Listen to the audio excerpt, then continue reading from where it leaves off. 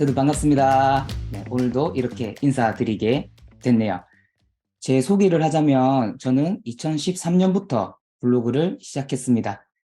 처음에 트레이너 생활할 때는 내 고객을 확보하기 위해 무료 수업을 이렇게 제공했었거든요. 세일즈 하면서 유료 회원으로 전환시키는 작업이었는데 그 작업이 저한테는 참 어려웠던 거죠. 정확히 30명에게 2시간 동안 무료 수업을 제공했더니 딱 10% 등록률이 나왔습니다. 센터 입장에서 저를 바라봤을 때는 좀 답답하죠. 저도 눈치 보지 않으면서 살아남아야 할 길을 찾다 보니까 이렇게 쥐푸라기 잡는 심정으로 블로그를 시작하게 됐습니다. 고객이 눈앞으로 찾아오게 할 수 있게 만들어 보자는 목표 하나가 있었던 겁니다. 그게 잘 됐더니 센터를 운영하게 됐고 그런 성과를 토대로 피트니스 업계 선생님에게 블로그를 해야 한다고 목소리를 내고 있습니다. 이제는 PT보다 이렇게 강의업을 꾸준히 지속하기 위해 저는 제가 우리 학교 선생님들한테 많이 노출해야 되는 거잖아요. 그래서 헬스 트레이너, 퍼스널 트레이너 이런 단어를 검색했을 때 제가 나올 수 있게 블로그를 활용하고 있는 거죠. 선생님들께서도 이제 목적이 있을 겁니다. 내가 속해 있는 센터를 북적북적거리게 만든다거나 센터 혹은 개인이 유명해지기 위한 목적을 가진다거나 혹은 영양제 사업, 보충제 사업, 홈트레이닝 도구 사업을 꿈꾸는 사람들도 계시겠죠. 생각하고 계신 것들을 잘 할 수 있게 만드는 도구로 우리는 블로그를 활용하시면 됩니다. 과거에는 아시겠지만 물건만 좋으면 다 판매가 이루어졌어요. 요즘 시대의 사람들은 생각이 좀 많이 바뀌기 시작했죠. 마케팅 트렌드를 말하는 최명화 작가는 지금 팔리는 것들의 비밀이라는 책에서 요즘 현대인은 아무에게나 돈을 쓰지 않는다는 말과 함께 고객들의 마음을 이렇게 대변했습니다.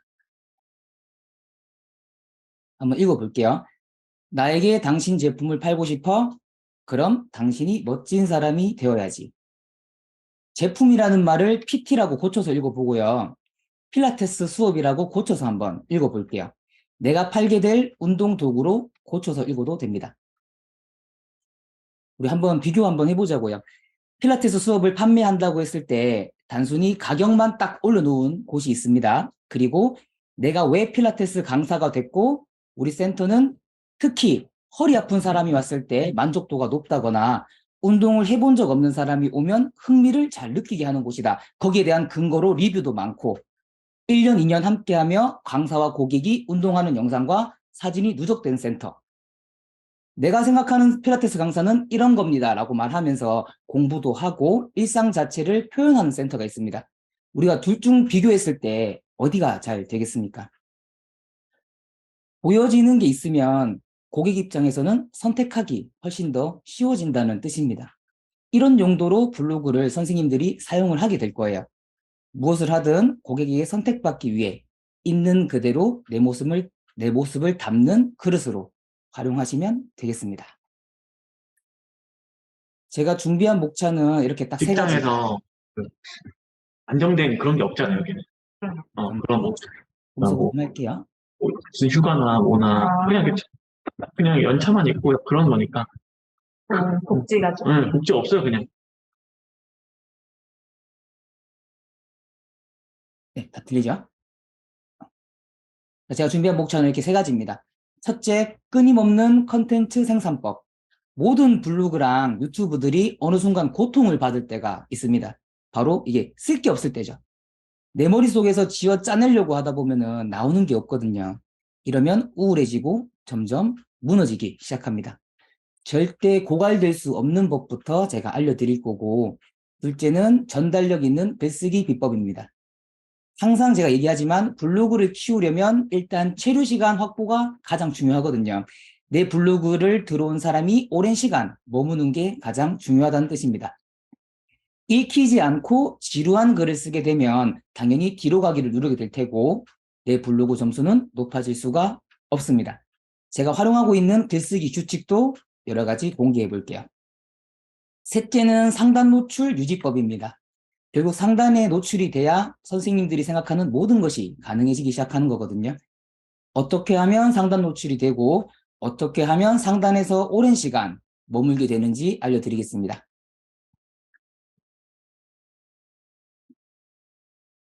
끊임없는 콘텐츠 생산하는 법 한번 알려드릴게요. 과거에는 그랬습니다. 여행도 하고 패션 스타일도 올리고 음식, 육아, 운동법 다방면으로 꾸준한 글을 쓰면 무조건 파워블로그가 됐어요. 네이버가 이렇게 긴 시간 운영해 보니까 다방면으로 글을 쓰는 사람은 되게 깊이가 얕다고 판단하게 된 거죠. 그때부터 이제 카테고리가 나뉘기 시작했습니다. 한 분야의 전문가를 원하게 된 시점인 거죠. 선생님들께서도 내가 어떤 카테고리로 꾸준하게 글을 쓸 건지 한번 생각해 보셔야 되거든요. 우리 업계는 딱 두 가지 방향이 있다고 볼 수 있습니다. 첫째, 우리 라이프, 생활 건강 카테고리입니다.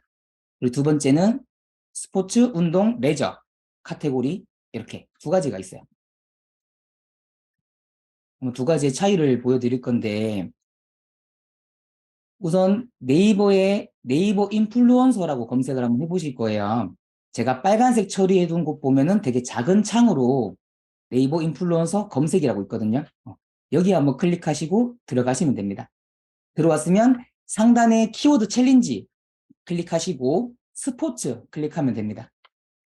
네이버에서 스포츠 블로거에게 원하는 글 주제는 이런 게 있는 거예요. 예를 들면 허리에 좋은 운동, 푸시업, 허벅지 근육 운동 이렇게 여러 가지가 나오죠. 자, 더 크게 보자면 이렇게 우르르 나와요. 오늘 교육 끝나고 선생님들도 다 들어가셔가지고 다 체크하셔야 됩니다. 개인 PT, 기구 필라테스, 아침 운동, 여자 프로필 많죠. 직접 들어가서 보면 이게 진짜 많으니까 하나하나씩 체크하시고요. 내가 이런 제목을 사용해서 글을 끊임없이 쓸 수 있겠다 하면 선생님들은 앞으로 운동 레저 카테고리를 쓴다고 보시면 돼요. 스포츠라는 게 워낙 광범위하다 보니까 주말에 등산했던 것도 올려도 좋은 점수를 받고요. 캠핑, 낚시 이런 거 다 포함돼요. 내가 이런 주제로 쓸 수 있는 게 많다면 당연히 여기를 택하는 게 유리하겠죠. 운동, 살 빼기, PT, 필라테스, 뭐 트레이너 이런 단어를 써서 나를 노출시키겠다 하면 이 주제로 가시는 게 맞습니다. 조금 다르게 나는 통증, 뭐 교정, 역량에 특화된 선생님들 계시거든요. 그런 분은 똑같이 키워드 챌린지 들어가서 라이프 누르시고요. 제가 밑줄 그어둔 생활 건강 클릭하시고 한번 들어가서 보셔야 됩니다. 아래 보면 우리 당뇨 음식, 비타민, 체형 교정, 평발 교정 이런 말이 나오죠. 둘이 좀 겹치는 부분이 워낙 많다 보니까 선생님들 나는 무조건 스포츠야 이렇게 생각하지 마시고 이런 건강 쪽으로도 건강 라이프 쪽으로 들어가서 나랑 맞는 게 이쪽에 더 많진 않은지 한번 보셔야 됩니다. 겹치는 것도 많이 있습니다. 보면 뭐 걷기 운동 효과, 그렇죠? 어깨 재활 운동, 발목 재활 운동, 등 통증, 오메가 이런 게 있습니다. 한번 또 확실하게 비교해 보면 스포츠에서 운동을 검색하니까 뭐 허리 통증 운동 아니죠. 이게 라이프네요. 라이프에서 운동을 검색하니까 허리 통증 운동 그리고 거북목 교정 운동, 족저 근막염 운동이 나오고요. 스포츠에서 운동을 검색하니까 근력 운동, 뭐 허리 운동, 전신 운동, 아침 운동, 힙업 운동 이렇게 나옵니다. 똑같은 운동 키워드를 다 하고 있는데 내가 쓰는 게 어떤 건가에 따라서 달라지는 거죠. 보충제를 검색했을 때는 완전 비슷해요. 우리 스포츠 쪽은 헬스 보충제, 근육 보충제, 단백질 보충제라고 하면 라이프 쪽에는 보충제 추천, 벌크업 보충제, 탄수화물 보충제, 여성 단백질 보충제 이렇게 나옵니다. 비슷하죠? 그리고 통증을 검색하면 또 조금씩 다릅니다. 스포츠는 통증을 검색하면 무릎 통증 운동, 스쿼트 무릎 통증 이런 게 나온다면 라이프는 등 통증, 발목 통증 이런 식입니다.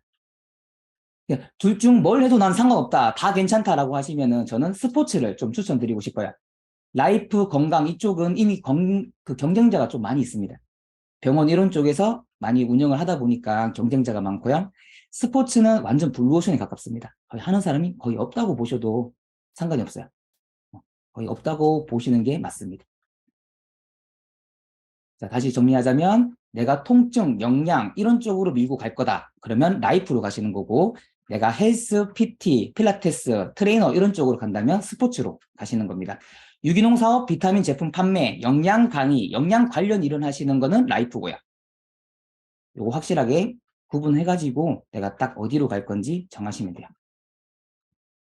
이렇게 딱 정해지면 이제 앞으로 글 쓰실 때는 자, 블로그 눌러서 글 발행 누르시면 이렇게 주제 선택하는 게 나오거든요. 주제 선택 눌러서 내가 스포츠로 가시는 분, 운동, 레저로 가시는 분들은 스포츠 누르시는 거고 건강, 우리 건강으로 가시는 분들은 건강의학 쪽으로 가셔야 됩니다. 아까 말씀드렸듯이 이제는 다방면으로 글 쓰는 사람의 성장률보다 한쪽으로 몰아서 글을 쓰시는 분한테 높은 점수를 주니까 선생님도 이 둘 중에 하나 선택해서 딱 한쪽으로만 글을 계속 쓰시는 거죠. 그래야지 좀 블로그가 빠르게 성장됩니다. 이 기간은 언제까지 평생 이렇게 쓰시는 건 아니고요. 우리가 인플루언서가 될 때까지는 이렇게 쓰시는 게 좋아요.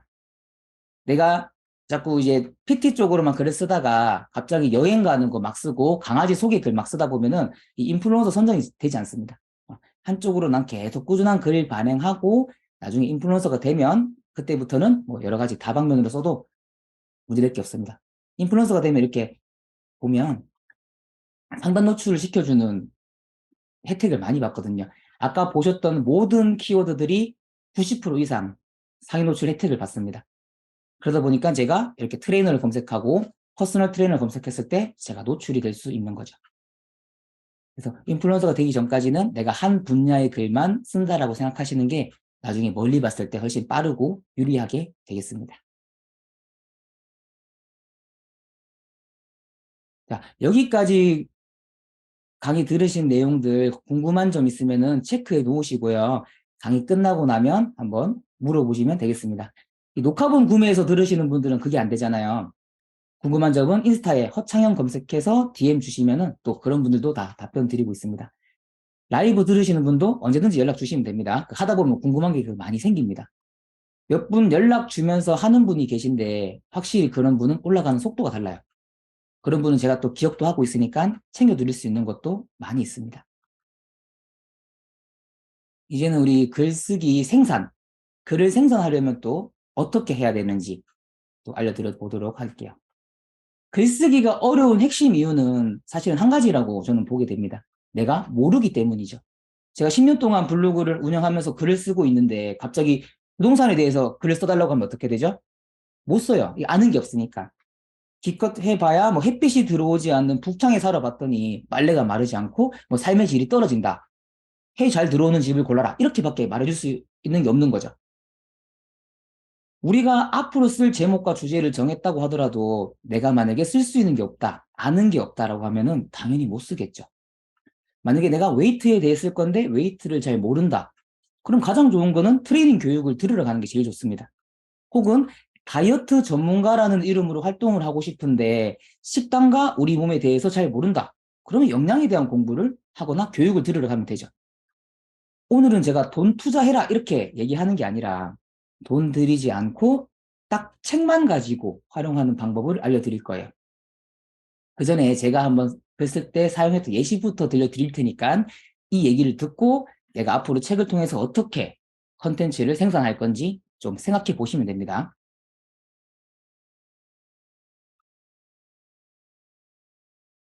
제가 만약에 운동하면 좋은 점이라고 정하고 딱 글을 쓰려고 해요. 그러면 운동했을 때 좋은 지식들을 알려주면 되겠죠. 뭐가 있겠습니까? 첫째, 뭐 살 빠진다. 둘째, 근육량이 증가된다. 셋째, 행복 호르몬이 분비된다. 뭐 이렇게 처음에는 딱 지식만 넣어도 괜찮아요. 지식적인 글만 자꾸 쓰다가 우리가 양을 늘리고 또 질을 높여가면 됩니다. 일단은 선생님 블로그 하는 게 처음이다. 그러면 이렇게 지식적인 내용들만 자꾸 담아가고 뭐 운동하면 좋은 점 뭐 딱딱딱 세 가지가 있다. 스트레칭 하면 좋은 점 딱딱딱 세 가지가 있다. 벤치프레스 하면 좋은 점, 뭐 벤치프레스 하는 방법 이렇게 딱딱딱 지식만 넣으면 되거든요. 나중에 이렇게 글을 쓰다 보면 3시간 쓰던 글을 꾸준히 반복하다 보면 1시간으로 줄게 되고요. 그 시점이 왔을 때는 내 글의 퀄리티를 높이기 위한 시간들이 추가돼야 됩니다. 자꾸 내 글의 퀄리티가 높아져야지 보는 사람이 자꾸 늘어나고요. 한번 왔던 사람들이 또 오게 되니까 자꾸 점수가 높아지는 구조로 되어 있습니다. 자, 그러면 제가 운동하면 좋은 점에 대해서 글을 쓰려고 하는데 어떤 첨가물을 넣으면 좋겠습니까? 운동을 하지 않았던 사람이 운동을 하게 됐을 때 좋아졌던 이야기거리. 운동을 하지 않았던 사람이 하게 됐을 때 좋아진 거, 운동을 했던 사람이 운동을 하지 않았을 때 나타난 증상, 뭐 이런 것들을 이야기를 해주면 좀 더 집중해서 볼 수 있겠죠. 자, 예를 들어서 제가 운동을 하지 않던 사람이 하게 되는 실험 결과가 있거든요. 자, 이런 내용들을 좀 써서 글을 쓰면 훨씬 도움됩니다. 자, 과거 정신과 의사가 연구했던 내용이 하나 있어요. 자기 환자들이 자꾸 잠을 못 자니까 운동을 하면 잠을 좀 자려나 싶어서 환자들을 데리고 실험을 했던 거죠. 운동을 하지 않던 사람이 운동을 하게 되니까 갑자기 활력이 생기고 불면증 환자가 치유되고 가족과의 관계가 막 좋아졌다 하니까 이 의사가 흥미를 가지게 됩니다. 이어서 다른 궁금증도 가지게 됐죠. 그러면 운동을 꾸준히 하고 있는 사람이 만약에 운동을 하지 않게 됐을 때는 또 어떻게 될까? 이 궁금해서 모집글을 올렸어요. 운동을 특정 기간 동안 거르지 않고 한 사람만 모집이 가능하고 참여가 가능하고 딱 30일만 운동을 중단하면 된다는 내용이었습니다. 근데 문제가 생기죠. 지원자가 단 한 명도 없어요. 내가 미쳤다고 이렇게 좋은 운동 습관을 그깟 돈 몇 푼 때문에 내려놓겠냐는 거죠. 이 의사가 오르고 달리고 많은 비용 지불하면서 몇몇 참가하게 만들었고요. 그 결과가 나왔습니다. 운동을 하루만 걸러도 불안과 짜증이 초래될 수 있다는 사실. 운동을 3일간 못하면 우울 증상이 나타나고 일주일간 못하면 심각한 기분 장애와 불면증이 나타났다는 결과였죠. 그리고 30일간 운동 금지 명령을 한다고 한들 이 연구는 엉터리가 될 거라고 운동과학자 한 명이 단언을 했습니다. 참가자들은 속임수를 쓰거나 거짓말을 해서라도 운동을 하고 있을 거라고 장담했던 거죠. 자, 이런 이야기를 들려주면서 우리 운동하면 좋은 점에 대한 이야기를 하면 어떻게 될까요? 좀 이런 사례적인 것들, 이야기적인 것들이 있으니까 확실히 그냥 딱딱 지식만 있는 것보다 집중도가 달라지기 시작하게 됩니다. 그러면서 내 이야기도 한번 첨부해 보는 거죠. 내 직업은 트레이너인데 운동이 좋아서 매일 했던 적도 있지만 끔찍이 싫어서 1년을 쉬었던 적도 있다. 분명한 사실을 말해주자면 내 컨디션, 내 마음가짐, 스트레스, 자존감, 뭐 나를 아끼는 마음 이 모든 것들이 운동을 하지 않았을 때는 불이 꺼졌다는 것을 느꼈다라는 내 경험들을 또 담을 수 있겠습니다. 그러면서 당신도 한번 생각해 보자. 운동을 55일 동안 만약에 지속했다고 하면 56일, 57일 채워서 100일 채워보고 싶지 않겠냐. 100일 했으면 또 365일 채워보고 싶을 거다. 그러다 보면 습관이 되고 운동 습관이 한번 생기게 되면 절대 잃고 싶지 않은 나만의 재산으로 느끼게 될 거다. 그러면서 마지막에 메시지를 넣는 겁니다. 오늘도 운동을 거르지 않는 하루가 됐으면 좋겠습니다. 이렇게 말이죠. 단순히 지식만 쓰는 것보다 뭔가 이런 실험 결과 누군가의 이야기를 통해서 내 글의 양을 더 늘릴 수도 있고 집중도를 훨씬 더 키울 수 있습니다. 또 내 모습을 담으면서 나는 트레이너 생활을 하고 있다는 것도 어필할 수 있는 거고요. 마지막에 메시지를 통해서 글을 마무리시키는 거예요. 처음 쓰는 글부터 이 네 가지 다 넣으려고 하면은 힘들다 보니까 일단 한 가지만 써도 괜찮고요. 지식만 넣어도 괜찮고 내가 글 쓰는 시간이 빨라졌다. 그러면 여러 가지 첨가물을 이용해 보는 거죠. 이렇게 쓰면 단순히 살 빠진다, 둘째 근육 생긴다, 뭐 첫째 살 빠진다, 둘째 근육 생긴다, 셋째 활력 생긴다라고 마치는 글이랑은 확실히 다를 수밖에 없습니다. 제가 이런 실험 사례를 또 어디서 가져왔겠습니까? 당연히 책인 거죠. 선생님께서 쓰고자 하는 주제에 관련 도서들을 많이 읽다 보면은 이야기거리가 진짜 많이 나오게 돼요. 작가들도 보면은 자기가 주장하는 말에 근거가 있어야 되니까 자기 이야기는 물론이고 외부 사례들을 많이 가지고 오게 됩니다. 그런 내용들을 메모해 뒀다가 내가 쓰는 글과 적합성이 있으면 출처 밝히면서 쓰는 거죠. 지금 쓸 내용이 아니더라도 이거는 내가 좀 나중에 쓸 것 같은 사례다 하면 다 메모해 두셔야 돼요.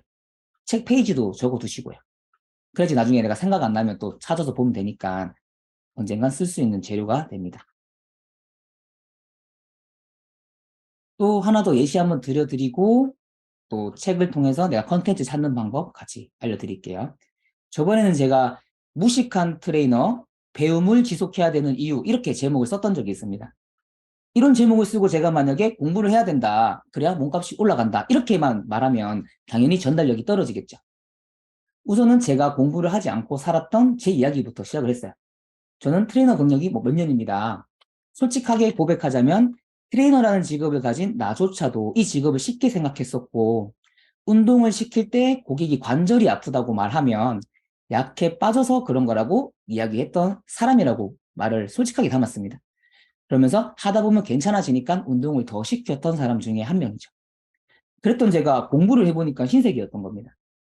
제가 후천적 편발이 있었음에도 무식했기 때문에 모르고 살았어요. 발에 아치가 없으니까 스쿼트를 할 때 어떻게 되죠? 무릎이 안쪽으로 모이게 되고, 저는 스쿼트 할 때마다 무릎 안쪽이 뭉쳤거든요. 그러니까 모든 사람들이 허벅지 안쪽이 뭉치는 게 당연한 건 줄 알았는데 제 체형이 이렇기 때문에 안쪽만 되게 무리되는 운동을 하고 있었던 거죠. 또 벤치프레스를 하다가 어깨 아팠던 이유도 제가 설명을 했죠. 제가 습관성 탈골 때문에 수술했던 적이 있는데 벤치프레스 할 때마다 어깨가 아프니까 저는 수술 부작용인 줄 알고 있었던 거죠. 근데 공부를 해보니까 내 자세에 문제가 있다는 거를 명확하게 알게 됐고, 이렇게 자세를 바꿨더니 하나도 아프지 않게 된 거예요. 이러면서 제 이야기를 통해서 또 설명을 합니다. 이처럼 무식하게 되면 가장 크게 피해보는 사람은 자기 자신이 되는 거고, 두 번째로 피해보는 사람은 우리 고객이 되는 거다라고 말합니다. 그리고 공부를 해야 되는 가장 큰 이유는 인간은 금방 실증내는 동물이기 때문이라고 말했어요. 이렇게 말하면서 다른 사람의 이야기를 한 명 들려드렸죠. 예전에 잔디를 깎는 게 자신의 직업이었던 사람이 있습니다. 맨날 똑같은 일만 하다 보니까 지루하고 재미없고 하루하루가 고통 자체였던 거죠. 그래서 생각했던 일이 잔디에 대한 모든 공부를 처음부터 끝까지 다 해보는 거였어요. 잔디의 성장 과정도 알게 되고 관리법도 하나씩 알아가다 보니까 매일 보고 있는 잔디가 조금씩 달라 보이기 시작했다는 겁니다. 스스로 잔디 깎기의 동선을 최적화해가지고 기록도 한번 줄여보고 이러면서 재미를 느끼는 생활을 하게 됐다고 누군가가 이야기를 했던 거죠. 이러면서 마지막에 어떤 메시지를 넣습니까? 트레이너도 똑같다고 생각을 한다. 그저 먹고 살아야 되니까 하는 일, 억지로 하는 일이 되니까 재미가 없다고 말을 했습니다. 내일부터는 당신의 하루가 조금 더 즐거웠으면 좋겠다. 트레이너 인생을 응원한다. 라고 말하면서 말을 마쳤습니다. 단순히 공부를 해야 된다. 그래야 몸값 높아진다라고 말하고 끝냈으면은 당연히 글의 양도 적어질 뿐만 아니라 내가 전하고자 하는 메시지가 다 전달되지 않습니다. 근데 내가 공부를 하지 않았더니 피해봤던 사례들을 통해서 이야기해주고 내 고객도 아프다고 말하면 그건 고객 책임인 것처럼 제가 떠넘겼던 부끄러웠던 모습들을 공개했던 거죠. 그러면서 공부를 하면 내 트레이닝의 질이 높아지고 재밌어진다는 거, 잔디 깎기 하는 사람의 이야기를 들고 와서 말을 했고, 우리도 공부를 하게 되면 지금 지루하고 하기 싫은 수업들이 좀 더 재밌어질 수 있다. 난 너희가 내일은 보다 즐거운 하루를 살았으면 좋겠다라고 말하면서 메시지를 끝냈습니다. 트레이너 인생을 응원한다고 말이죠. 이렇게 모든 글에 지식과 누군가의 이야기, 그리고 내 이야기, 그리고 메시지가 들어가면 글이 완전하게 완벽해집니다. 이러면 퀄리티가 높아져서, 이 선생님이 하는 글은 재미가 있다 하면서 또 들어오는 사람들이 많이 생기게 되는 거죠. 우리는 첨가물은 뭐냐면 바로 이야기라고 보시면 되세요. 사람들은 전문적인 지식보다도 누군가의 이야기를 하는 걸 좋아하게 됩니다. 지식적인 이야기는 정말 이 전문 용어가 좀 잘 이해되는 사람들이야 좀 재밌게 읽을 수 있겠지만 네이버에 있는 사람들은 보통 다 운동을 하지 않던 사람들이고 좀 초보자 눈높이기 때문에 우리가 이런 눈높이에 맞춰서 글을 써주는 게 블로그를 높이는데 훨씬 더 도움이 되는 거죠.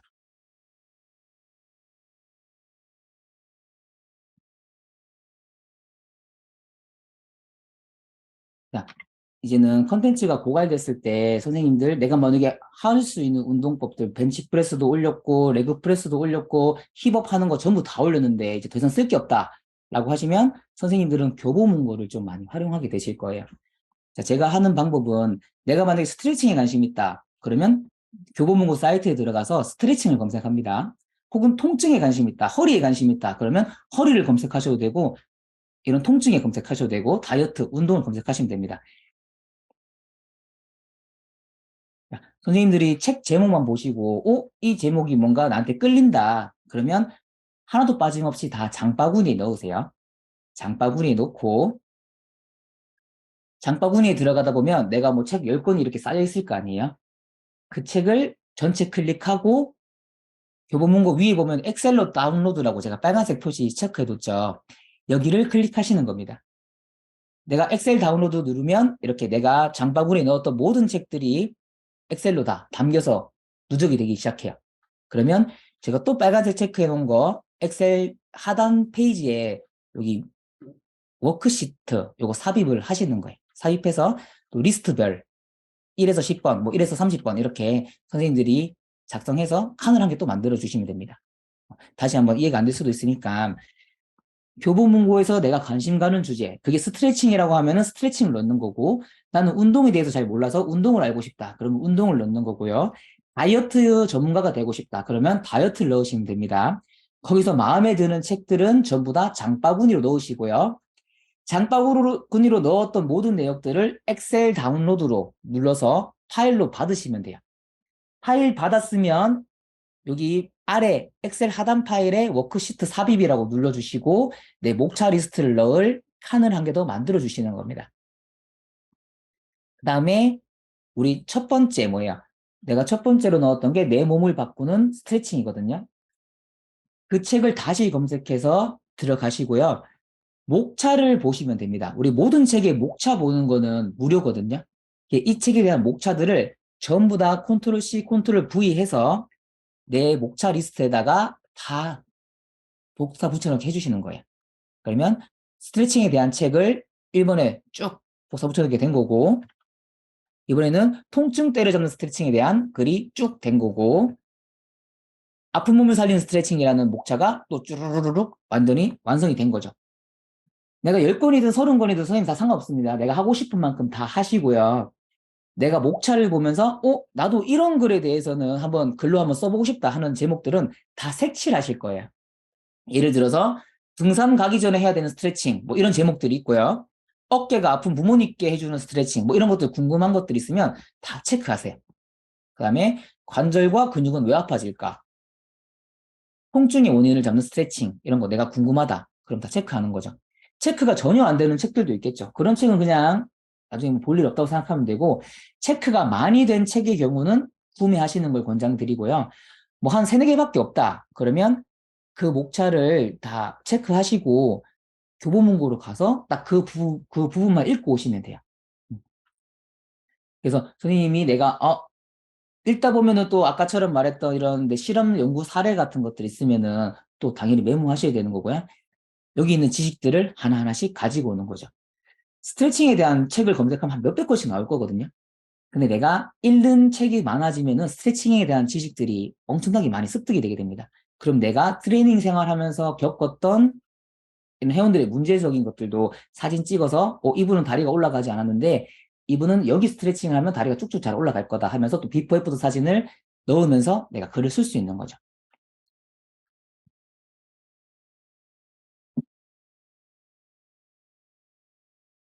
또 달리기에 대한 효과를 제가 글을 쓰고 싶었는데 만약에 달리기에 대한 정보가 하나도 없다. 만약에 달리기는 무산소 운동이고 뭐 걷기는 유산소 운동이다. 뭐 이렇게만 글 쓰면 사실 재미가 없잖아요. 내가 만약에 달리기에 대한 글을 쓴다면 교보문고 들어가서 또 달리기를 한번 검색해 보시는 겁니다. 달리기 검색해 보니까 또 여러 가지 책이 나왔거든요.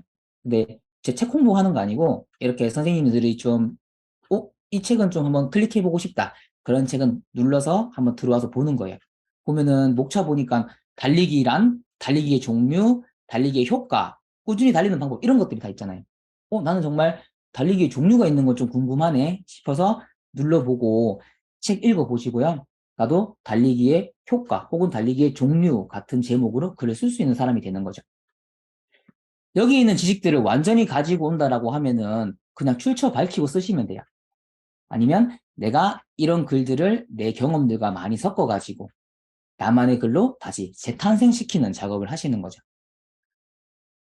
또 달리기와 걷기 차이도 많이 궁금하다 보니까 달리기에 대한 검색도 했고 걷기에 대한 검색도 해봤어요.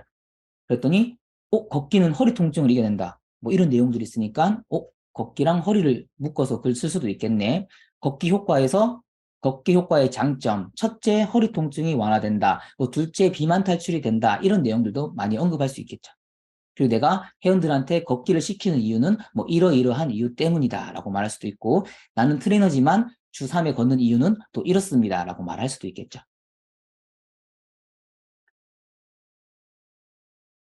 또 회원 한 명이 물을 절대 먹지 않는 회원이 있었습니다. 그분은 하루 출근해가지고 단 한 번도 화장실을 안 갈 정도로 물을 안 먹는다고 했어요. 근데 그랬던 사람이 저한테 자기 이야기를 했던 적이 있죠.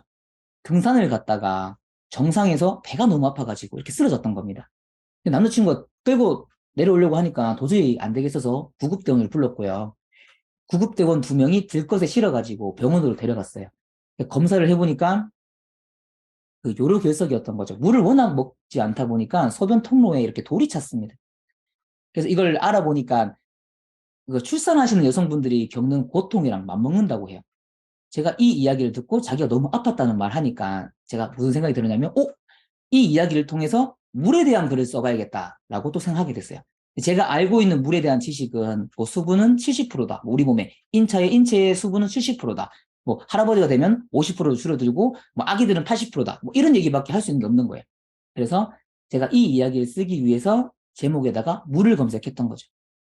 물을 검색하면서 물이 원한 물에 대한 책을 들어가고 목차 리스트를 쫙 뽑아가지고 제가 읽고 싶은 부분들 다 체크해서 좋은 책은 구매해서 글을 쓴 겁니다. 또 선생님들 글 쓸 때는 이런 이야기적인 것들, 사례적인 것도 가져와야 되지만 보통 책 쓴 사람들이 어떻게 보면 좀 공신력 있는 사람들이니까 그분들의 말을 빌려와서 인용구로 넣어도 좋아요. 이 책 쓴 사람들은 물박사라고 불리더라고요. 그래서 제가 이분이 했던 말, 인체가 자주 겪는 스트레스는 탈수다 하면서 벤맨 갤리지 박사 이렇게 써놓고 맨 밑에 메시지를 이 글을 보는 사람은 지금 물 한 잔 하셨으면 좋겠습니다 라고 쓰는 거죠. 처음에 물을 안 먹었을 때 나타났던 누군가의 이야기로 시작했고요. 물은 우리 몸에서 물이라는 거는 물을 먹지 않으면 또 영양소가 부족해가지고 배고픔이라는 신호랑 주는 거랑 좀 많이 비슷하다. 그래서 내가 지금 배고픈 게 아니라 오히려 물만 먹으면은 배고픔이 해결되는 문제인데도 사람들은 이 상황에서 배달의 민족이 들어가고 배달을 시키고 또 나쁜 음식을 먹다 보니까 살이 찐다. 내가 혹시 배고프다면은 내가 오늘 물을 적게 먹진 않았는지 체크를 해보고 지금 물 한 잔 해보자. 그럼 배고픔이 가서 야식을 먹을 것도 먹지 않는 하루가 될 수 있다. 이러면서 맨 마지막에 인체가 자주 겪는 스트레스는 탈수다라고 하면서 이야기를 마쳤던 거죠. 단순히 내가 알고 있는 지식만 넣었으면 이런 스토리가 나오지 않겠죠. 근데 사람들과 이야기해보면서 이 이야기는 나도 쓸 수 있겠다 하는 게 있으면 또 쓰는 거고, 책에서 이런 사례가 있다, 이런 연구 결과가 있다, 그럼 또 같이 공유하는 거고, 내가 주고 싶은 메시지를 또 줘보는 거예요. 그러다 보면 이 글을 읽다가 갑자기 물 먹으면 좋은 점이라고 검색했던 사람이 내 글을 보고 나도 물 한잔 해야겠네 라고 생각하게 되는 거죠. 선생님 정리하자면 글 쓸 때는 내 지식만 넣어도 괜찮지만 우리 누군가의 이야기, 책에서 나온 이야기 혹은 내 모습도 담으면서 글 작성해 주는 거 잊지 마시고 마지막에 메시지 넣는 거 꼭 잊지 않고 하시면 좋습니다. 이런 게 꼭 세트로 좀 알고 글 쓰시면 훨씬 더 많이 도움 되실 거예요. 그다음에 전달력이 있는 글쓰기. 우리 글쓰기 쓸 때 좀 어떻게 하면은 우리가 사람들이 잘 읽히는가 거기에 대한 내용들 좀 알려드리도록 할게요. 우리가 힘을 나타내는 표현에는 력자라는 말을 쓰죠. 체력, 근력, 지구력. 문장도 마찬가지로 힘을 나타내는 글은 문장력이라고 표현을 합니다. 그러니까 잘 쓰는 글은 문장력이 좋다라고 말을 하는 거고, 글이 좀 흐리멍텅하다 그러면은 문장력이 별로다라고 이야기를 하는 겁니다. 그러면 어떻게 쓰면은 문장력 있는 글을 쓸 수 있는가? 거기에 대한 내용 좀 공유할게요. 자, 선생님들이 내가 글쓰기에 조금 관심이 가지다 보면은 항상 이 이야기는 좀 듣게 될 거예요. 유명한 작가를 찾아가도 똑같고 기자를 찾아가도 똑같습니다. 반드시 짧게 써라 라는 말을 듣게 되실 겁니다. 그러면 짧게 쓰려면 어떻게 써야 되는가? 요 얘기 한번 하고 넘어갈게요. 이분 어떤 트레이너분이 자기가 블로그에 썼던 글인데 제가 이거 소재로 쓰면 좋겠다 싶어서 가지고 왔어요. 보면은 자기가 읽은 책에 대해서 글을 쓴 내용인데 하나의 문장인데 이렇게 글이 길죠. 요즘은 저처럼 디지털 노마드를 꿈꾸는 분들이 많은 걸로 알고 있는데 이 책 또한 그 부분과 연관이 있는 것 같습니다. 글 한 문장에 46자가 들어갔습니다. 선생님들이 글을 쓸 때는 최대 30자가 좀 넘지 않게끔 주의하시는 걸 제가 좀 권장을 드리고 있어요. 30자가 넘어가면 조금 가독성이 떨어지고 좀 지루한 글이 되게 됩니다. 그래서 만약에 글을 수정할 거면 어떻게 수정해야 되는가? 또 그 얘기도 넘어가야겠죠. 우리가 가장 쓰면 안 좋은 얘기가 들자 있죠. 들자라는 말은 사실은 빼도 이야기가 되거든요. 보면은 내가 만약에 우리라고 얘기하면요. 여기는 선생님들 전부 다 포함이 된 이야기입니다. 그죠? 근데 우리들 이렇게 말하면 뭐야? 똑같죠? 우리라는 말도 이미 다 포함된 건데 거기다가 들자라는 말을 또 포함시킬 필요는 없다는 거죠. 가족이라고 말하는 것도 가족이라고 말하면 내 가족, 엄마 아빠 다 포함된 이야기예요. 근데 거기다가 가족들 이렇게 말하면 또 문장의 힘이 떨어지게 됩니다. 사람들도 많이 쓰는 말 중에 여러분들 이렇게 말 많이 하죠. 여러분 이러면 다 포함된 거니까 사실은 들자는 빼도 됩니다. 우리 이분 예시를 보면은 요즘은 저처럼 디지털 노마드를 꿈꾸는 분들이 많은 걸로 알고 있는데 라고 썼죠. 이거는 들자를 빼보는 거죠. 그리고 우리 문장이 40자가 넘었으니까 30자가 넘지 않게 줄여보는 겁니다. 줄이니까 이렇게 되죠. 요즘은 저처럼 디지털 노마드를 꿈꾸는 분이 많은 걸로 알고 있습니다. 우리 들자 빼도 말 잘 되죠. 이 책 또한 연관이 있습니다. 아까는 이 책 또한 그 부분과 연관이 있는 것 같습니다라고 말했잖아요. 우리는 또 빼야 되는 게 걷자입니다. 걷자는 우리가 불확실할 때 쓰는 말이고요. 우유부단할 때 쓰는 말이에요. 그러니까 내가 예를 들면 선생님이 블로그를 하면 아 진짜 잘할 것 같아요 라고 말하는 건 되게 불확실한 말이고요. 제가 선생님을 보면서 이렇게 공부도 열심히 하고 되게 부지런히 사는 걸 보면서 선생님 같은 사람이 블로그를 해야 됩니다. 이렇게 말을 하는 거죠. 그럼 선생님 같은 사람이 블로그를 하면 잘할 것 같아요 라고 말하는 것보다 선생님 같은 사람이 블로그를 해야 됩니다 라고 말했을 때 전달이 확실하게 더 강해지죠. 걷자라는 말도 웬만하면 빼시는 걸 제가 권장드려요. 글자, 걷자라는 말은 꼭 빼주시고 한 문장에 30자가 넘지 않게끔 또 신경 써 보는 겁니다. 또 한번 화면 보자면 아까는 처음에 뭐였죠? 우리 46자였는데 제가 28자, 10자로 줄였습니다. 근데 이번에는 15자, 10자로 줄여버렸어요. 요즘은 저처럼 이런 말도 아예 그냥 안 써버린 거죠. 그러니까 디지털 노마드를 꿈꾸는 분이 많네요. 이 책 또한 연관이 있습니다. 이렇게 짧게 하더라도 이분이 전달하고자 했던 의미는 다 전달되고 오히려 더 잘 읽히죠. 선생님도 이 짧게 쓰는 연습을 하실 건데 가장 중요한 거는 들자 빼기, 걷자 빼기. 걷자는 특히 내 말을 흐리는 용어니까 최대한 쓰지 않는 게 좋습니다. 그 다음에는 그래서 라는 말도 웬만하면 쓰지 않습니다. 예를 들면 블로그 교육을 들었다. 그래서 앞으로가 기대된다. 우리는 그래서라는 말을 뺄 수 있죠. 블로그 교육을 들었다. 앞으로가 기대된다. 네, 그래서라는 말도 없어도 됩니다. 그리고도 마찬가지죠. 책을 통해서 정보를 수집하는 걸 배웠다. 책을 구매했다. 이렇게 쓰면 되는데 책을 통해서 정보를 수집하는 걸 배웠다. 그리고 책을 구매했다. 이렇게 그리고라는 말은 빼도 됩니다. 블로그 교육을 들으면서 우리 교보문고에서 자료 수집하는 거를 알게 됐다. 책도 구매했다. 이러면서 내 글을 자꾸 만들어 가시는 겁니다. 선생님들이 글 쓰다 보면은 줄이고 싶어도 줄여지지 않는 글이 되게 많거든요. 근데 내가 짧게 줄이는 연습을 하지 않으면 모든 문장이 길어집니다. 그러면 길고가 되면은 쓱 읽다가 지쳐버리죠. 근데 자꾸 줄이는 연습을 하시면 짧고 길고 짧고 길고 이렇게 리듬이 생기거든요. 그러니까 읽는 사람이 착착 이렇게 치고 나가는 맛이 생기는 거죠. 그래서 항상 글은 다 쓴 뒤에 수정을 하실 겁니다. 또 팁을 드리자고 하면은 제가 이렇게 그래서도 빼고 그리고도 빼고 것 다 빼야 된다라고 말을 하니까 한 문장 쓰고 어느 정도 쓰고 또 고치고 어느 정도 쓰고 또 고치고 이런 분들 계시거든요. 그러면 글 절대 못 써요. 아예 내 스타일대로 그냥 다 쓰시고요. 그 다음에 다시 처음부터 돌아와서 그래서라는 말 여기는 빼도 괜찮겠네 하면 빼시고 그리고라는 말은 없어도 된다 빼고 들 썼으면 빼고 이렇게 빼는 연습을 하시는 거죠.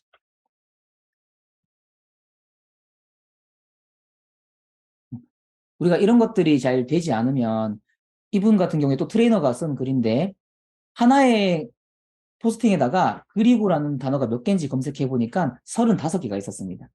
근데 이분은 자기가 이렇게 쓰고 있다는 것도 모르거든요. 그러니까 우리가 무의식에 자주 쓰이는 용어가 바로 그리고랑 그래서거든요. 하나의 글에 35개의 그리고가 들어가고 그래서가 10개가 들어갔습니다. 이러면 당연히 읽는 사람이 조금씩 나도 모르게 지치는 요소가 되는 거죠. 이런 것도 좀 빼주시고. 그 다음에 의자. 의자도 좀 사람들이 많이 쓰는 용어 중에 한 개인데 의자도 빼시면 좋습니다. 의자를 예시 들면 자, 예를 들면 이런 거죠. 교육을 통해 2가지 문제를 해결했다. 첫째, 상담 노출이 되지 않던 문제의 해결. 둘째, 가독성 문제의 해결. 이거를 의자 빼고 읽는 거죠. 교육을 통해 2가지 문제를 해결했다. 첫째, 상담 노출이 되지 않던 문제 해결. 둘째, 가독성 문제 해결. 이렇게 짧아지니까 전달력이 더 강해지죠. 또 사람들 제목 쓸 때 많이 하시는 거 나이별 허벅지 근육의 감소. 그냥 나이별 허벅지 근육 감소라고 하시고 내가 나이대로 근육이 감소하는 자료를 찾았으면 그거 쓰시면 됩니다. 또 헬스 트레이너 월급 이렇게 제목 쓰시지 마시고 헬스 트레이너의 월급 쓰지 마시고 헬스 트레이너 월급 이렇게 짧게 의자 빼고 하셔도 말 잘 됩니다. 그리고 감정글은 앞으로 상황글로 바꿔서 쓰는 연습을 좀 하실 거예요. 우리의 글을 읽는 사람들은 내 글을 보면서 와, 이 사람 진짜 이때 힘들었겠다. 와, 이 사람 진짜 이때는 화날만 했다. 뭐 이런 식으로 자기들이 추측하고 이렇게 그려보면서 읽는 게 글이거든요. 근데 내가 만약에 모든 글에다가 화났다, 기뻤다, 내성적이다, 슬펐다 이렇게 모든 감정들을 똑같이 하면 읽는 사람이 생각할 게 아무것도 없죠. 뭔가 이 상상으로 뭔가 그려지는 게 있어야 되는데 아, 자기가 화났다 했으니까 화난 거고 슬펐다고 했으니까 슬픈 거고 이렇게 넘어가는 거죠. 지루해지기 시작하는 겁니다. 그래서 내가 화났다라고 글을 써야 될 때는 내가 화났을 때 했던 일을 적으면 됩니다. 화났다 이렇게 하지 말고 선생님들이 화났을 때 어떻게 했는지 한번 떠올려 볼래요? 밥상을 엎었다 이렇게 쓸 수도 있는 거고요. 내 몸이 와, 이 친구 태도를 보고 내 몸이 부들부들 떨렸다. 얼굴이 붉어졌다. 이런 식으로 표현을 하는 거죠. 그러면 얼굴이 붉어졌다라는 표현을 읽으면서 이분 진짜 이때 붉어질만 했네 이러면서 또 글을 계속 보게 되는 겁니다. 그리고 기뻤다 이렇게 말하지 말고요. 합격 문자를 받고 펄짝펄짝 뛰었다. 내가 기뻤을 때 했던 행동들을 묘사해서 담는 거예요. 블로그 상담 노출이 돼서 기뻤다. 이게 아니죠. 블로그 상담 노출이 돼서 선생님이 했던 행동들을 적으면 기뻤다는 표현들이 다 전달이 되게 됩니다. 그리고 내성적이었다. 이렇게 쓰지 마시고요.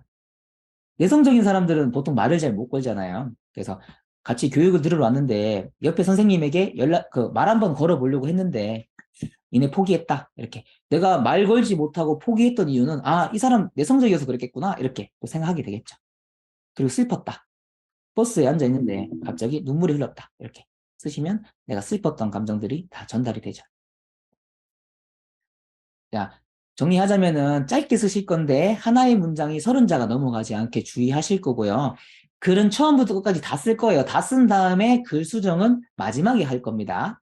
그리고 그래서 그리고 들 것의 너무너무 좋았다 이런 것도 하지 말고요. 너무도 빼고 다 내 문장이 길어지는 원인들은 다 제거해 보시는 거예요. 그 다음에 내가 감정글을 쓴 게 있다. 좋았다, 뭐 기뻤다 이렇게 썼다면 그걸 조금 바꿔보는 연습도 해보시고요. 마지막에는 소리 내어서 한번 읽어보실 거예요. 내가 쓴 거를 다 읽어보면 여기는 좀 말이 되지 않는데 싶은 것들이 있을 겁니다. 그거는 읽는 사람도 분명히 똑같이 느껴요. 그럼 그 부분은 다시 문장을 뜯어 고치면 됩니다. 글 잘 쓰는 사람들의 공통점은 빨리 쓰고요. 많이 고치는 거고요.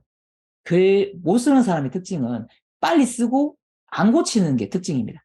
그래서 우리는 빨리 쓰더라도 좀 고치는 시간들을 많이 거치면 무조건 선생님 글은 좋아집니다. 우리 뉴욕타임스에서 문학 작품으로 완벽하고 기적적이다라고 평가를 받았던 작가가 있습니다. 그분이 했던 말이 위대한 글쓰기는 존재하지 않는다. 위대한 고쳐쓰기만 존재할 뿐이라고 말을 했습니다. 선생님들도 마찬가지 내 글은 원래 고치면서 좋아지는 거다라는 거 꼭 알고 가셨으면 좋겠어요. 유명 작가 해밍웨이 작가도 이런 말을 했었습니다. 초고는 다 쓰레기다. 그러니까 자기 글도 고치다 보니까 좋아진 거지 처음 썼던 글을 보면 쓰레기다라고 말을 했죠. 그러니까 처음에는 쓰레기를 쓰지만 우리는 고치면서 재활용하고 다시 쓸 수 있게끔 만드는 겁니다. 자, 여기까지 이해가 되실까요? 자, 다시 한번 정리해 드리자면은 한번 정리해 볼게요. 30자 넘지 않게 글 수정은 마지막. 그래서 그리고 들 것의 너무 쓰지 않기. 안 쓰려고 해도 써지는 글들이거든요. 근데 최대한 뺄 수 있는 것만 빼면 돼요. 그리고 감정글은 상황글로 바꾸고 소리 내어 읽어서 완벽하게 고치시면 됩니다. 네, 여기까지가 우리 글쓰기 제가 주로 사용하고 있는 팁만 딱 엑기스만 뽑아가지고 정리해 드렸고요. 마지막으로 상단 노출 키워드 잡는 방법입니다. 선생님들 이거는 우리가 블로그 스탠다드라고 하는 그 사이트입니다. 그 네이버에다가 블로그 스탠다드라고 검색해서 들어가시면은 내 블로그를 지수를 분석할 수 있습니다. 밑에 보시면은 저는 이제 10레벨 이 빨간색 칸이 10개가 차서 레벨 10이거든요. 근데 레벨 1부터 10까지 존재합니다. 1, 2, 3, 4, 5, 6, 7, 8, 9, 10. 그러면 이 레벨을 높이기 위해서 우리가 또 어떻게 해야 되는지 또 한번 보겠습니다. 블로그 스탠다드를 이용해가지고 내 블로그를 일단 분석하실 거예요. 블로그 사이트 들어가시면 이렇게 키워드 분석이랑 블로그 분석이라고 제가 빨간색 칠해둔 곳 있죠. 여기만 보시면 됩니다. 일단은 내 블로그 분석을 누르세요. 그 다음에 블로그 주소를 넣으실 겁니다. 지금 제가 보여드리는 이분은 우리 11월에 우리 직원으로 온 선생님 블로그거든요. 12월부터 출근을 했는데 제가 11월부터 블로그 교육을 시켰습니다. 그때는 레벨이 처음에 2였어요. 가끔씩 혼자 하는 게 있었거든요. 일상을 올리는 선생님이어가지고 처음에 레벨이 2였는데 지금 11월, 12월, 1월 이렇게 해가지고 레벨 5로 올랐죠. 그래서 내 레벨을 꼭 체크하시고요. 지금 레벨이 뭐 1인 사람도 있을 거고 뭐 5인 사람도 있고 7인 사람도 있을 겁니다. 그 다음에 내가 상단 노출이 꼭 됐으면 하는 키워드를 키워드 분석을 통해서 한번 넣어 보시는 거예요. 자, 우리 선생님 같은 경우에는 레벨이 5였잖아요. 그래서 저는 신도림 PT 뭐 이런 것들이 노출이 돼야 우리 선생님한테 연락이 오는 거니까 검색을 한번 신도림 동 PT로 한번 검색을 해봤어요. 그랬더니 여기 레벨들 다 보이죠? 보면 등급의 레벨 6, 5, 7, 3 이런 사람들이 노출이 돼 있으니까 우리 선생님이 뭐예요? 레벨 5잖아요. 그럼 쓰면 무조건 들어갈 확률이 높다는 거죠. 그래서 우리 선생님이 제가 신도림 동 PT로 한번 글 써보면 좋겠다라고 말을 해줬고 우리 선생님은 지금 보시면 두 번째로 상당히 노출이 돼 있습니다. 당연히 방문자가 많고 검색량이 많은 키워드를 쓰시는 게 좋겠지만 내 레벨이 5밖에 안 되는데 10짜리 경쟁력이 많은 곳에 들어가면은 절대 노출이 되지 않아요. 그러니까 내 수준에 맞는 키워드를 찾아서 이렇게 들어가셔야 됩니다. 내 레벨이 5라고 하면은 이렇게 3, 4, 5 이런 사람들이 모여있는 키워드를 찾아서 들어가셔야 되는 거죠. 보시게 되면 여기 작성일도 한번 보셔야 돼요. 우리 제일 처음에 올라와 있는 사람 작성일은 2일 전이고 우리 선생님이 했던 건 5일 전, 그 밑에 보면은 149일 전, 그 밑에는 600일 전이죠. 600일 동안 이분이 노출돼 있었던 키워드인데 레벨 3밖에 안 된다는 뜻이에요. 그럼 뭐예요? 사람들이 블로그 하는 사람들이 별로 쓰지 않는 키워드라는 거죠. 그러니까 레벨 5짜리가 딱 들어가니까 바로 상하 노출이 되는 거죠.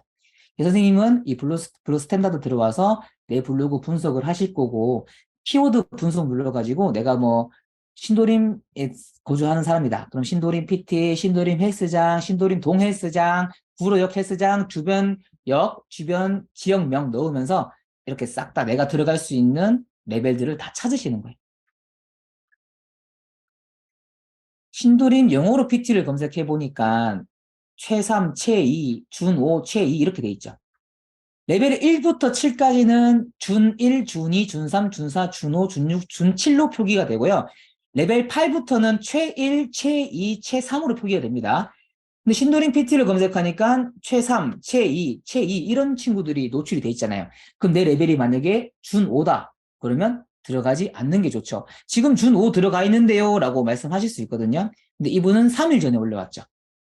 그러니까 또다시 떨어질 수 있는 확률이 되게 높습니다. 이렇게 레벨 높은 사람들이 최근에 올라온 것들이 그리고 하면은 안 들어가는 게 훨씬 더 좋다는 거죠. 근데 최3, 최2인데도 막 600일 동안 누적이 돼 있거나 뭐 200일 동안 누적이 돼 있었다. 그러면 내가 또 들어가 볼 만한 글이 또 됩니다. 결국에는 최신에 쓴 글이 좀 노출될 확률이 높으니까 내가 이런 거 자꾸 분석하셔야 돼요. 분석할 거는 내 블로그 분석해서 레벨 체크, 그 다음에 키워드 분석해서 내가 들어갈 키워드에 내가 들어갈 수 있을지 없을지 판단하시는 거. 딱 이거 두 개만 하시면 선생님들 상단 노출은 앞으로 잘 된다고 보시면 되죠.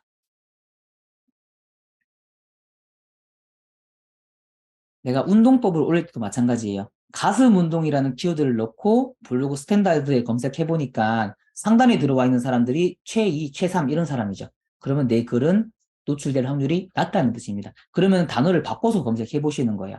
대흉근 운동 이렇게 검색했더니 뭐예요?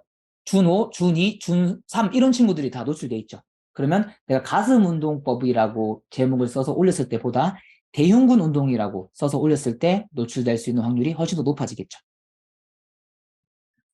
마찬가지 엉덩이 근육 운동이라고 검색해서 블로그 스탠다드에 입력을 해봤더니 최3, 준7, 최2 이런 사람들이 다 잡고 있습니다. 근데 이런 분은 내가 레벨이 준5밖에 안 된다. 그러면 절대 들어가지 마시고 단어를 바꿔서 검색하셔야 됩니다. 소둔근 운동 이렇게 검색했더니 준6, 준5, 준4, 준4, 준2 이런 사람들이 높여져 있죠. 그럼 당연히 얘가 들어갈 거면 내가 엉덩이 운동 근육이 준비되어 있다고 하면 여기 키워드를 사용해서 들어가야지 노출될 수 있는 확률이 높아집니다.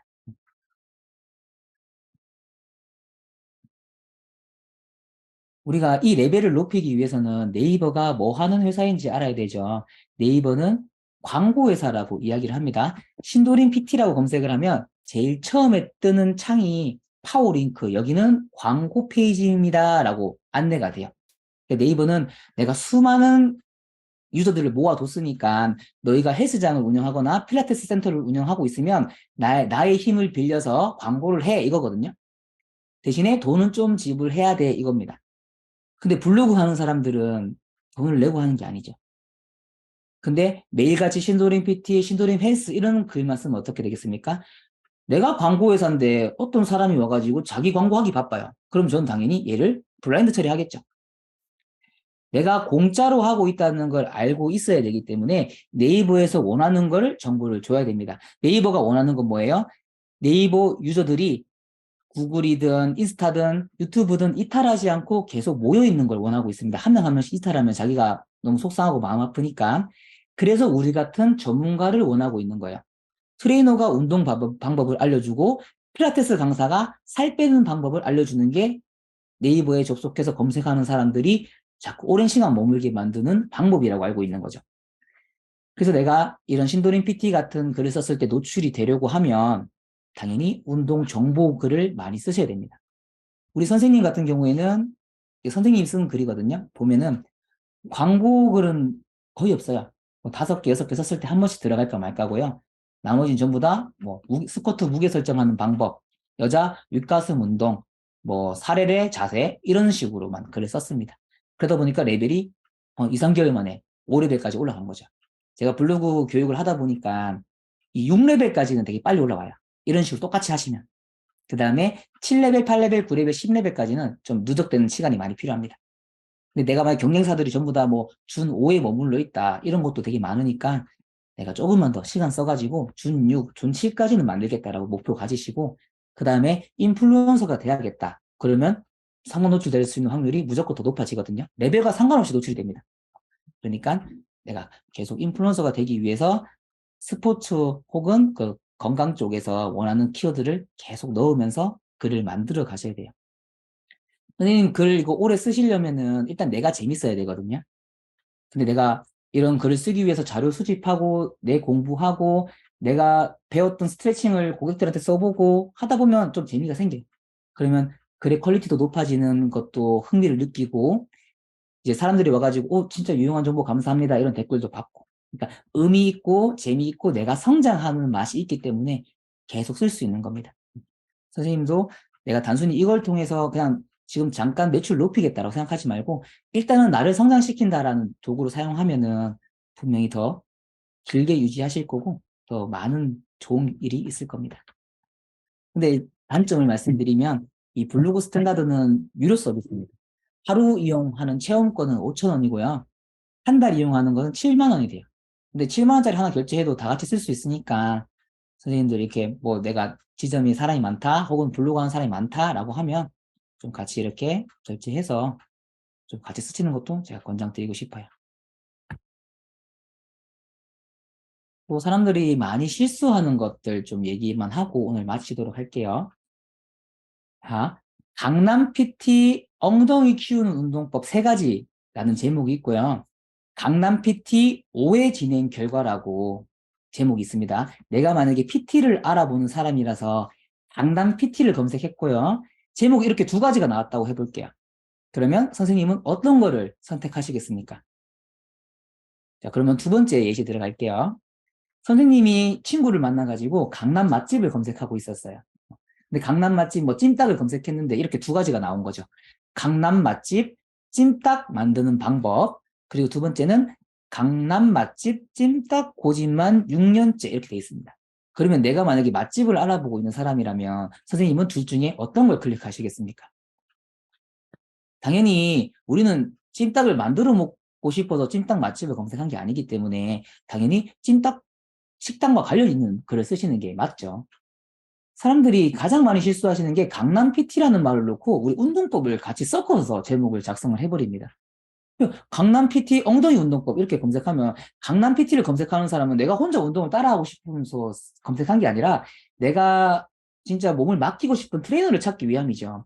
그러면 당연히 PT 진행 결과를 보여준다거나 강남 PT 지금 등록해야 되는 이유, 진짜로 내가 갔으면 하는 센터에 맞는 제목들을 쓰시는 게 가장 중요합니다. 그러니까 광고와 정보글을 좀 혼합해서 쓰시는 분들이 워낙 많아서 말씀드리는 건데 이거를 무조건 분리해서 쓰세요. 엉덩이 키우는 운동법은 좋은 일이라고 해서 내가 레벨을 높이는 키워드거든요. 근데 강남 PT는 광고라서 레벨 높이는 키워드가 아니에요. 그러니까 구분해야지 내 레벨도 높아지고 구분해야지 내 센터로 오는 고객도 많아집니다. 클릭률이 높아지니까. 무조건 상호 노출 내가 됐다 해가지고 사람들이 보는 거 아니니까 제목 설정 되게 잘 해야 됩니다. 그리고 또 정리하자면은 최근에 쓰는 글은 일단 노출이 잘 됩니다. 우리 아까 전에 최고 레벨 막 1, 2 이런 사람 있었는데 우리 직원 보면은 여기 아까 다시 한번 보여드릴게요. 여기 신도림 PT 보면은 최3, 최2, 최2가 있는데 우리 직원 준5가 끼어 들어가 있죠. 이거는 뭐예요? 쓴 지 3일밖에 안 됐기 때문이에요. 최신에 쓴 글은 노출될 수 있는 확률이 높아집니다. 그리고 우리 선생님이 쓴 글을 보면 되게 좀 정성스럽고 길게 쓰거든요. 이렇게 좀 정성스럽고 디테일하게 쓰는 분들한테는 또 상관 노출될 수 있는 확률이 또 높아져요. 그러니까 단순히 지식만 쓰기보다 이런 사례들도 넣고 내 이야기도 넣고 메시지도 넣다 보면 당연히 글 쓰는 시간도 길어질 뿐더러 양도 많아지니까 당연히 정성스레 쓴 글로 표기가 되는 거죠. 그러면 레벨이 낮아도 레벨 높은 사람들 사이에도 낄 수 있습니다. 그리고 블로그 지수가 높은 사람. 잠깐만요. 블로그 지수가 높은 사람. 꾸준히 운영해가지고 레벨이 높아간 사람. 그러면 블로그 지수가 높아지니까 상호 노출이 무조건 잘 되고요. 한 분야의 글을 많이 쓴 사람도 노출이 잘 됩니다. 저는 이제 헬스 트레이너 월급, 헬스 트레이너 되는 법, 뭐 피트니스 센터 관련된 일 이런 것들을 글을 자꾸 쓰다 보니까 지금 헬스 트레이너 월급이 2021년에 썼던 글인데도 불구하고 아직까지 노출이 돼 있는 거죠. 그래서 한 분야의 글을 많이 쓰는 사람들을 원하고 있고 내 실제 경험담 그리고 좋은 질적인 정보를 주는 블로거를 우대하고 있다는 거 꼭 기억하고 계셨으면 좋겠어요. 마지막으로 개인 브랜딩의 공통점을 말씀드릴 건데 선생님이 만약에 매일 3시간씩 운동을 하고 있다고 생각을 해볼게요. 3시간씩 운동을 해서 내 몸이 좋아졌습니다. 근데 이걸로 끝나게 되면 어떻게 되죠? 나에 대해서 아는 사람이 아무도 없죠. 근데 내가 만약에 매일 3시간씩 운동을 해보니까 어느 날은 그 애플워치 칼로리가 뭐 500칼로리가 소비됐었는데 어느 날은 400칼로리밖에 소비가 안 됐다. 그러면 왜 이런 건가에 대해서 글을 쓸 수도 있을 거고요. 내가 매일 3시간씩 운동하면서 대회에 나가서 입상을 하고 왔는데 이때 먹었던 내 식단들을 공유하겠다라고 말을 하거나 내가 매일 3시간씩 운동해보니까 팔꿈치 관절이 아팠는데 혹시 웨이트는 통증을 유발하는 운동일까?에 대한 이야기도 할 수 있겠죠. 내가 팔꿈치가 그렇게 아팠는데 어떤 스트레칭을 하고 어떤 동작을 했더니 통증이 없어졌다. 그러면 그런 내용들도 전달할 수 있겠죠. 그렇게 자꾸 나를 통해서 남에게 전달하는 연습을 하기 시작하면 내가 누군가에게 노출이 되기 시작하고요. 누군가는 저를 계속 알아보기 시작합니다. 예를 들면 백종원도 똑같죠. 뭐 방송도 그렇고 유튜브도 그렇고 많은 채널들을 사용하긴 했지만 내가 요리하는 방법들을 알려주다 보니까 사람들이 집에서 요리하는 걸 따라 해보게 되고 이렇게 간단하게 만들었는데 요리가 퀄리티가 높으니까 와, 백종원이라는 사람은 얼마나 연구를 많이 한 거지? 그러면 자기가 운영하고 있는 체인점은 얼마나 더 많은 연구를 할까? 신뢰가 가네 하면서 믿고 가는 식당이 돼버리는 겁니다. 우리도 마찬가지죠. 지금 이렇게 운동법을 하나씩 알려주고 내가 뭐 트레이너가 되는 법 이런 것도 하나씩 알려주고 선생님이 메시지를 줄 수 있는 것들을 전달하다 보면 나를 알게 되는 사람들이 생기게 되고 나를 찾아오게 되는 사람이 생기게 되는 겁니다. 이왕이면 온라인에서라도 한번 봤던 사람한테 가고 싶지. 그냥 생판 모르는 곳에 가서 누가 지도해줄지도 모르는 곳에 가는 건 좀 꺼려 한다는 겁니다. 우리 제일 처음에 했던 메시지 기억나시죠? 나한테 제품을 팔고 싶으면 너가 멋진 사람이 되어야지. 그러면 이런 고객들한테 우리가 노출이 되는 게 일단은 먼저라는 거죠. 자꾸 쓰다 보면서 정말 내가 멋진 사람이라는 게 자꾸 표현이 될 겁니다. 처음에 당연히 그 퀄리티가 낮겠죠. 근데 자꾸 하다 보면 무조건 높아진다는 거 꼭 기억하셨으면 좋겠습니다. 오늘 마지막 정리만 하고 이제 마칠 거예요.